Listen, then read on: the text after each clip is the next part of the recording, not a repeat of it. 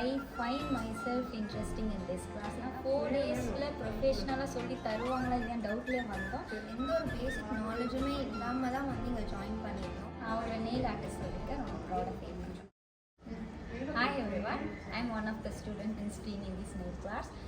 நாங்கள் 2 பேர் ஃப்ரெண்ட்ஸாக ஆக்சுவலாக இந்த கோர்ஸ் வந்தோம். ஆக்சுவலாக நாங்கள் எந்த ஒரு பேசிக் நாலேஜுமே இல்லாமல் தான் வந்து இங்கே ஜாயின் பண்ணியிருந்தோம். ஸோ டிஃப்ரெண்ட்டாக இந்த ஃபீல்டுக்கு வந்து நாங்கள் பண்ணணும்னு நினச்சி பார்த்தது தான் இந்த நெயில் எக்ஸ்டென்ஷன் கிளாஸ்.